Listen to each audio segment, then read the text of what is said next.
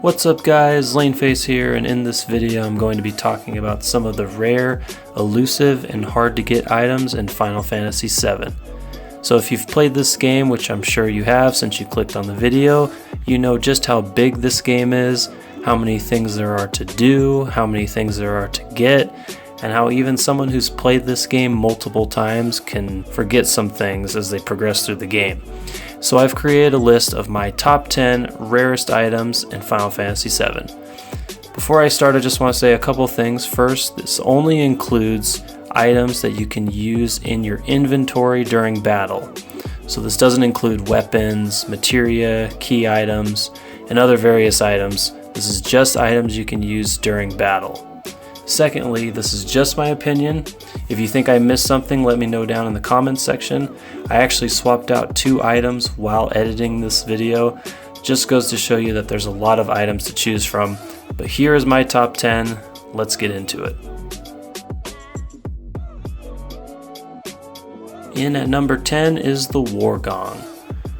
War Gongs use Berserk on all enemies and can only be found in 2 places.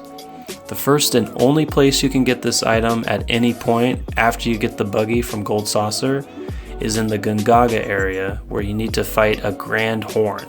You can't steal or morph War Gongs, you can only hope that they drop one after defeating them, and there's only about a 6% chance of that happening. The only other place you can get these is during the Shinra raid, Underground Sector 8, which you can only go to once in the game. You need to fight a behemoth and you must steal them. However, behemoths have 2 items you can steal from them.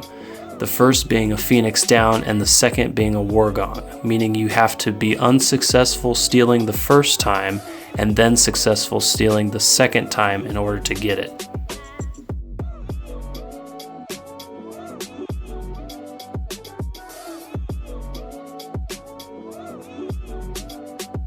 Coming in at number 9 is 8-inch cannon.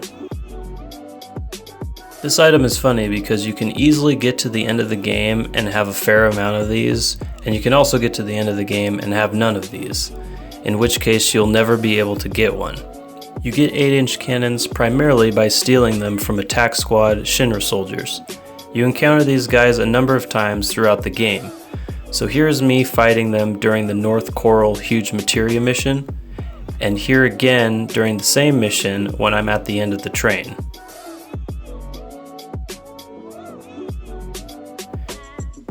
The other people you can steal them from is the submarine crew, which you'll find during the Underwater Reactor Huge Materia mission. If you never stole one from any of the Shinra soldiers, you have one last chance of getting one during the Shinra raid. The first place being Underground Sector 8, where you need to fight a Cromwell which looks like a green tank. However, you only have about a 3% chance of winning one because he only drops it. The last place you can get one is before your fight with Hojo. You need to fight a Gross Panzer Mobile. Make sure that you kill the big gun off of it first before you completely kill it, and you'll get one every time. After this point, you can't get them anymore. 8-inch cannons do explosive damage to one opponent.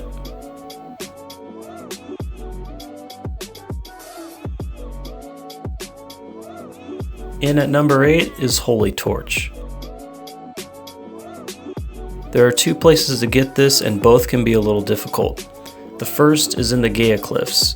You morph either Evil Heads or Stilvas.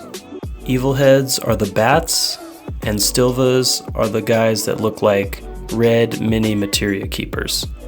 Morphing can be difficult at this point in the game because of how weak the attack is, but if you use your sense materia, you can figure out what its HP is at, and when it's low, just start morphing. It may take a while, but it can be done. I would recommend getting them this way, but remember, you only come here once. The only other place you can get them is in the Sunken Galinka by killing an Unknown 3 and hoping that it drops one, but there's only about a 3% chance of that happening. Holy Torches use Dispel to a single opponent or ally.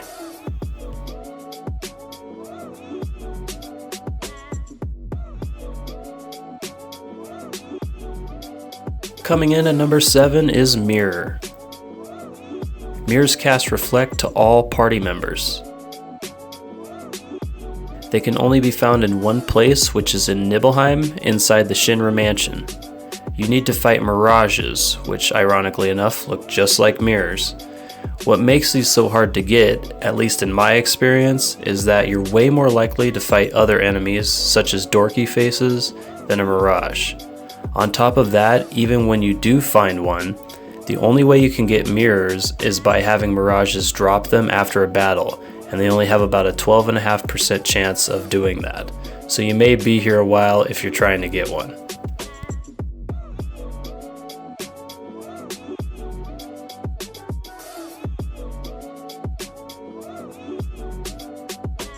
Coming in at number 6 is the Graviball. Not only is there only 2 places in the game where you can get this item, but after you leave those places, you can never go back to them. The first place is in the train graveyard.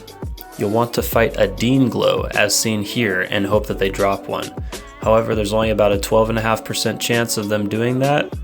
The easier way to get one is waiting until you do the Shinra raid and you're on the train tracks where you go to get the W item materia. You can easily steal one from Shadow Makers.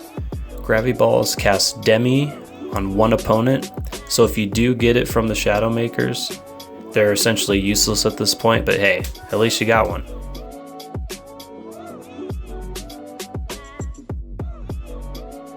Coming in at number 5, we have Ghost Hand. Ghost Hands steal magic points from an opponent and give the person who threw that item the MP. There are 2 ways to get this. I'd highly recommend getting it the first way if you want one. When you go to the train graveyard, you'll need to fight, you guessed it, ghosts. Simply steal from them and you'll get one. Ghosts can drop them as well, but there's only a 3% chance of them dropping it, so stealing is the best method to acquire these. The other way to get this is quite a bit more complicated. So you'll need to morph either G-Specters or Sneaky Steps, which can be found in the dungeon underneath Cosmo Canyon. But here's the problem. You don't have morph materia yet. So how can you morph these enemies since you only go down to that dungeon once? Well, once you get the morph materia from the Temple of the Ancients, before going to Bone Village, you'll need to head back to Gold Saucer and compete in the Battle Square. It is here where you can fight these enemies and morph them. What makes this so difficult is not only do you have a small window to do this, but getting GP to compete is hard to come by at this point. Plus, once you get to Disc 2, the enemies in the Battle Square change and you'll never see these guys again. In at number 4 is Dragon Fang. I had a hard time deciding where to put this item. What is it, you ask?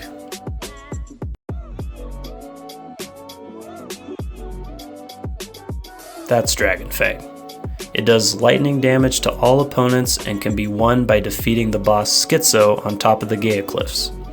So you might be wondering, how is this a rare item if you're guaranteed to get it by just going through the game?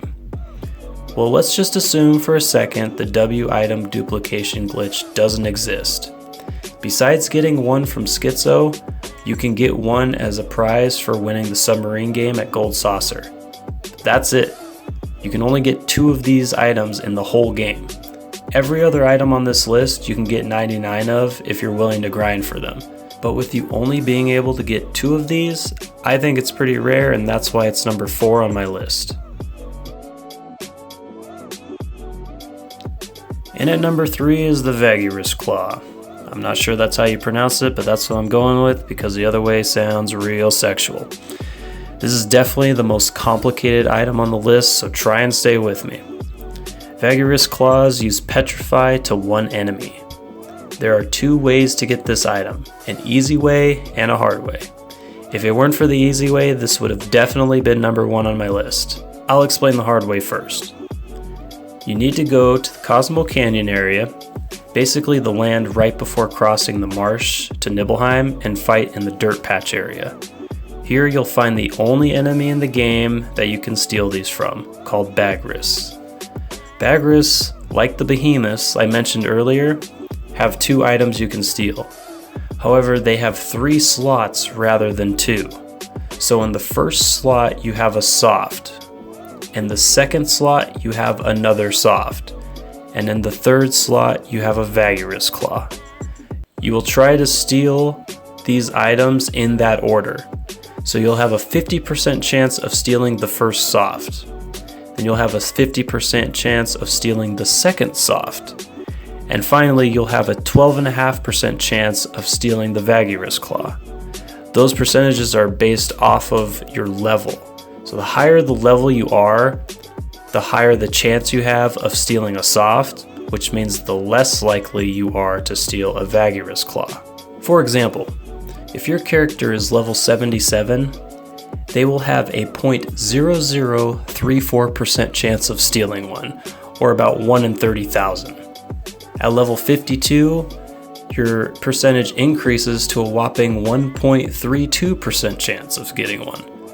The highest percent chance you'll ever have of stealing one of these is if your character is at level 11, and even then, you'll only have a 4.23% chance of getting one. Good lord, why would you do that to yourself?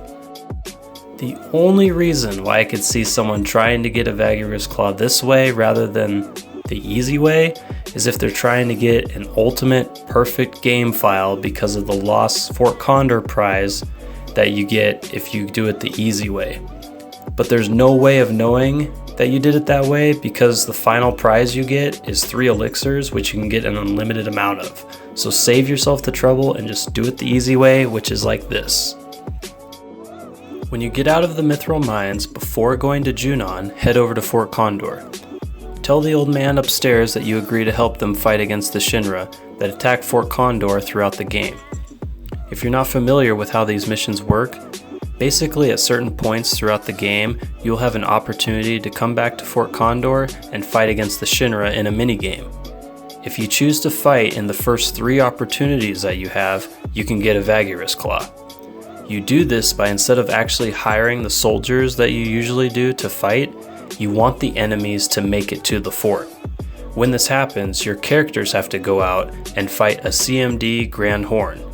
It's an easy fight, they just have a lot of HP. Simply defeat it and you'll have yourself a Vagyrisk Claw. This is much faster and easier than having to steal from Vagyrisk for the next 6 years of your life.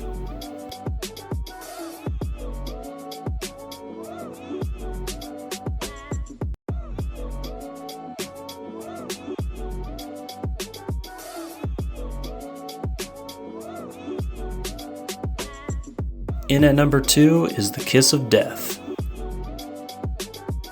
Kiss of Deaths casts death to all enemies, and there's only one place you can get these.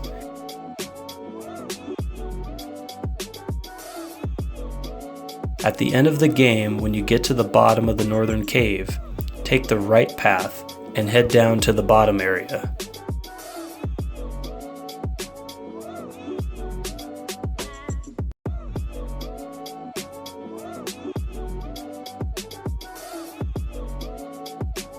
Here you can fight death dealers, which probably look familiar to you. They look just like the jokers you fought from the Gold Saucer area. You can only get Kiss of Deaths as item drops, which only has about a 6% chance of happening.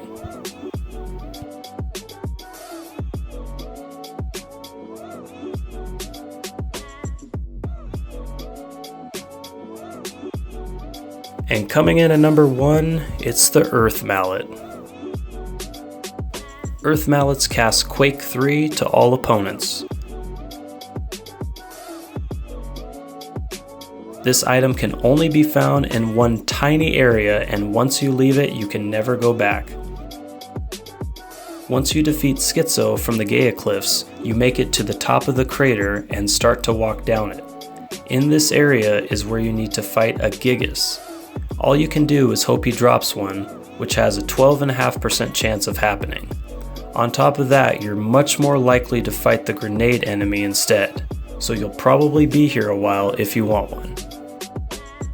And that wraps up my list. If you enjoyed the video, give it a thumbs up, and let me know in the comments section if you'd like to see another list and what it should be about. Thank you all for watching, and I'll see you next time.